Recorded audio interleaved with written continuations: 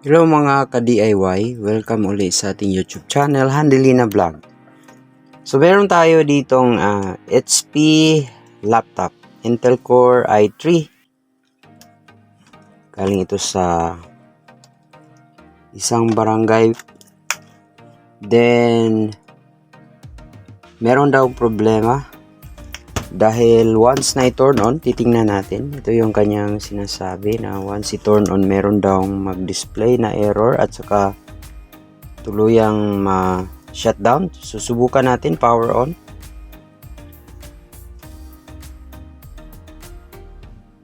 Ayan, may display. System detected that cooling fan is not operating correctly. So, hindi daw siya function automatically yung fan. Kaya na turn off. Yan, na turn off na. So yan ang susubukan natin na i-fix sa video nito.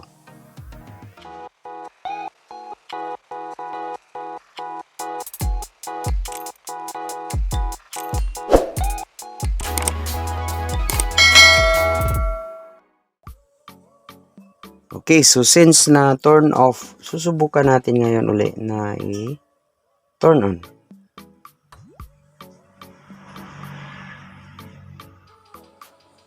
Ayan, then press tayo enter to continue.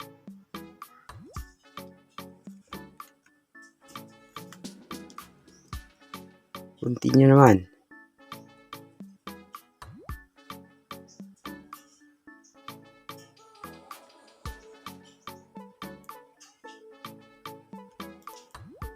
Okay.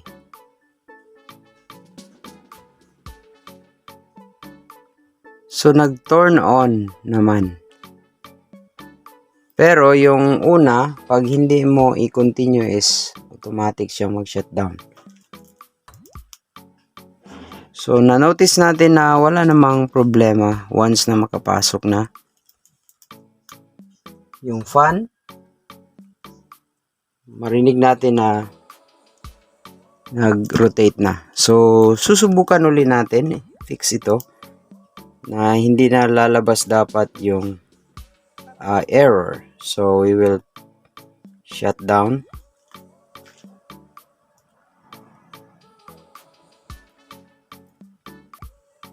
And then susubukan uli natin press yung power at saka diretso tayo sa F2 and delete. Tingnan natin yung BIOS.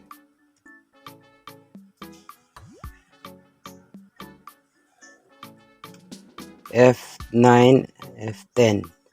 Yan, nag-change tayo. Dito tayo sa BIOS setup utility. So, focus natin dito.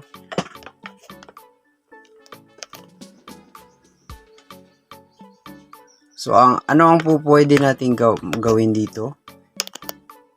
Meron tayong configuration. We have this one. Fan is fan always on. So, naka-disable. Kaya siguro is mag-turn off siya at mag-display yung error. So, press natin enter at saka enable natin. Press enter. And then, pagkatapos ay save changes and exit. Yes. So, titingnan natin kung lalabas pa ba. So, ayan pa rin.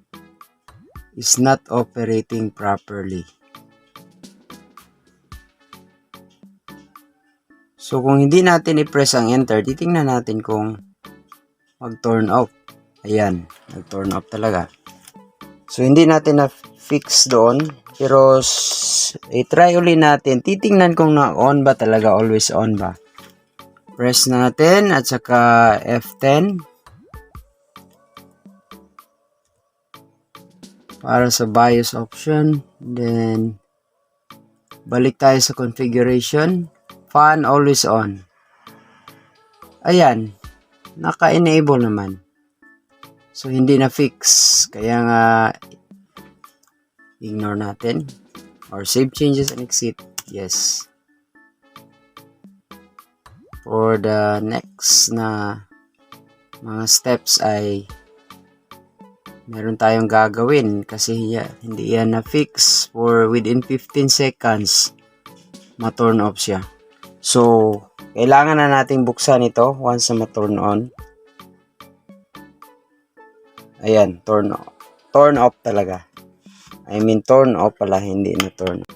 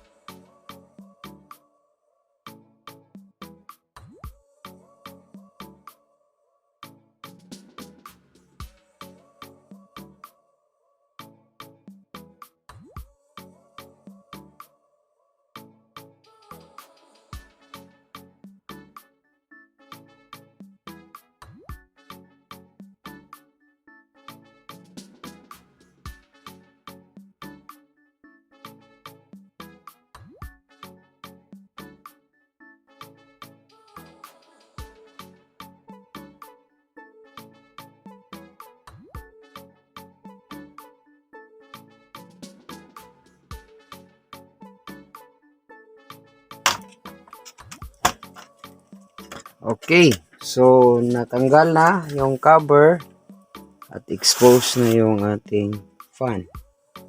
Nako, very matigas. Hindi na talaga gumalaw yung fan, kaya pala. So, nag-stuck yung fan. Ayaw gumalaw. Yun ang dahilan. So, anong gagawin natin? Of course, kailangan nating i-remove muna yung fan. Hindi na natin galawan yung iba pang mga parts, but we will focus on the fan itself kasi nag-stuck.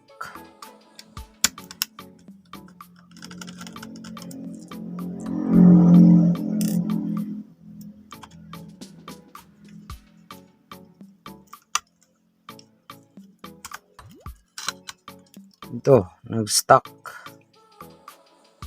Ayan, no? Hindi na magalaw.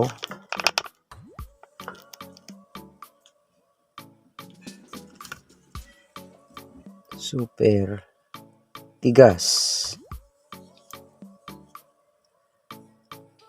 So, i-remove natin. Mas mabuti na i-remove. Ito yung i-focus natin. Na-detect niya na ayaw mag-move.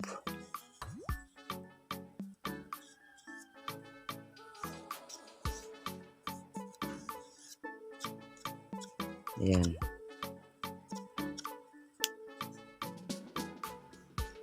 So, meron ba dito? Pwede natin tingnan. Baka ganito rin ang mangyari doong may mga ilan pa na units. Wala na. So, hindi ito ma-open.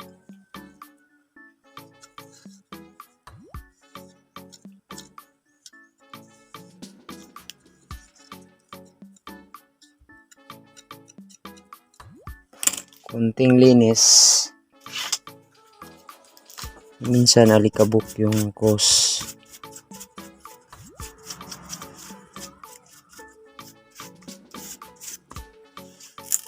Kasi nakaset naman siya into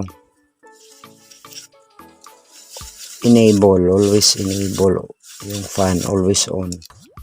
Pero matigas. Matigas talaga yung fan. So, kailangan nating pwede kaya i-oil natin.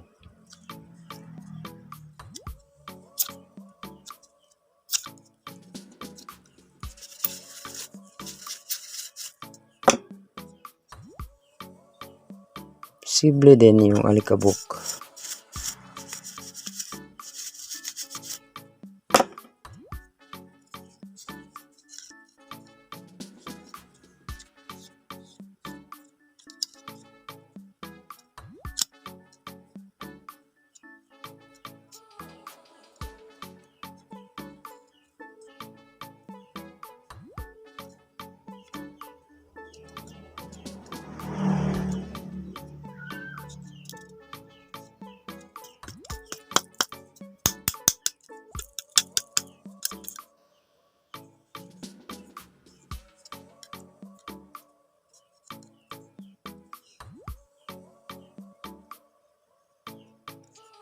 So, titingnan natin kung baka ito yung sa ilalim. Dahil matigas, ayaw siya mag-move. Or hindi masyadong free yung kanyang pag-rotate. Ayan. Na-remove. Natanggal pala ito. So, pwede siya tanggalin. Kailangan lang nating i-fix ito dito.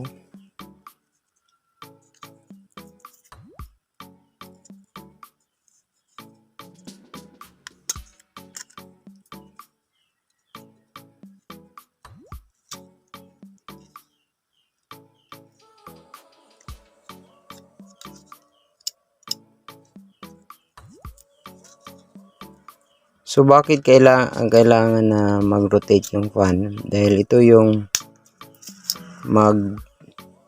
of course, sa cooling system, part siya, vital. Na kailangan ay rotate talaga. Always mag-rotate. Or lalo na kung umiinit. So, kaya nga, pag hindi siya nag-rotate, of course, alam na natin ano ang posibleng mangyari. Ma-detect niya na may problema. So, can we remove this? Kasi nag-stuck siya.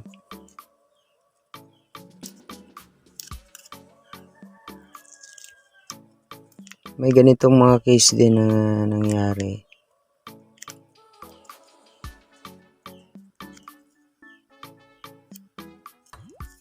So, walang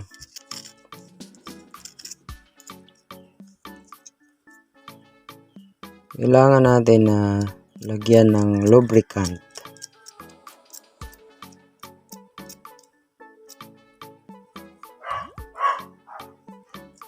Okay, so try natin. Ito yung gagawin natin.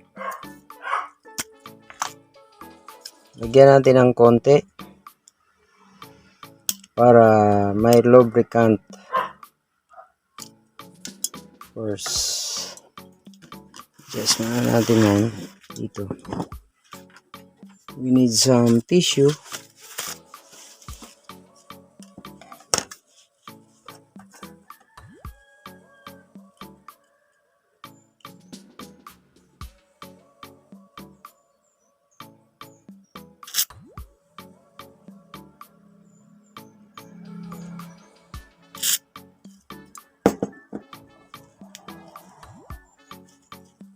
Ayan. With the help of the lubricant.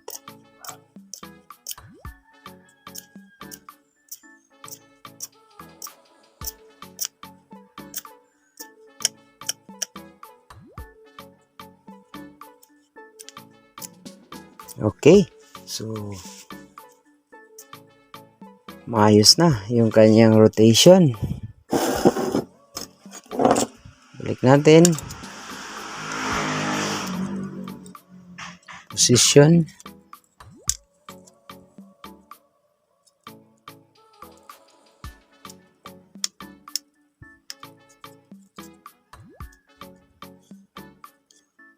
And then, of course, try natin. Ayan. Okay.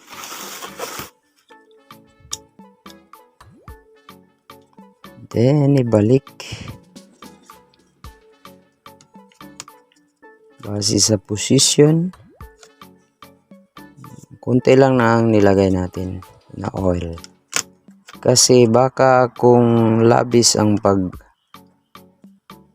natin ng oil or lubricant, baka mabasa yung ating board. So, careful tayo dyan.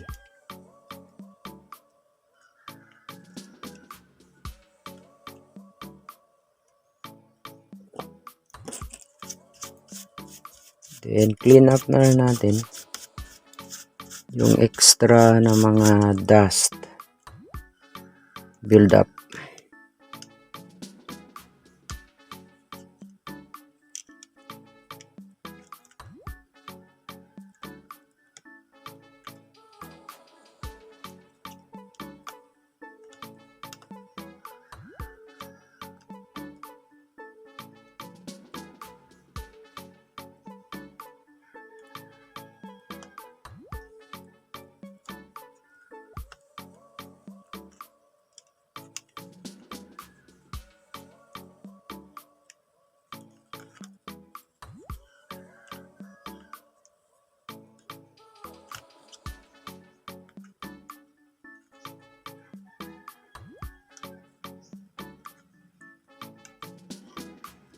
Yan. Then, dalawang screws. Balik natin.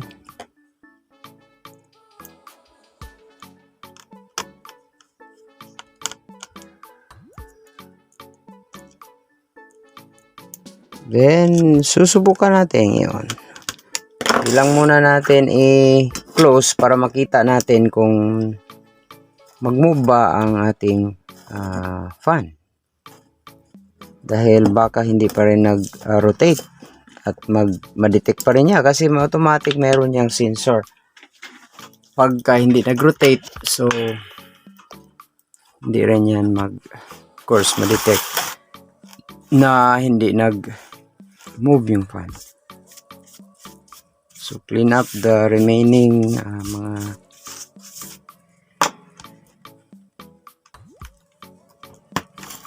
dust and dirt.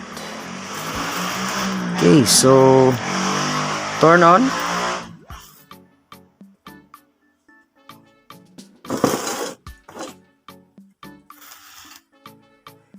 Check natin, ayan, HP. Automatic na, diretso na siya. Ang fan is rotating properly. Yan. Parang mahina yung pag-rotate pero actually sa actual ay mabilis yan. Kulang siguro dahil dito sa exposure sa camera. So automatic na siya. And of course, nag-on na. Gumagana ang fan. So usually ito yung mangyari. Okay. Ayan, successful. Naka-on, automatic yung fan. So, susubukan natin again. Isang ulit. But I think that fix it. So, success yung ating ginawa. Gustuhan mo ba ang video ito? I-click ang subscribe button. I-like and share din sa iba.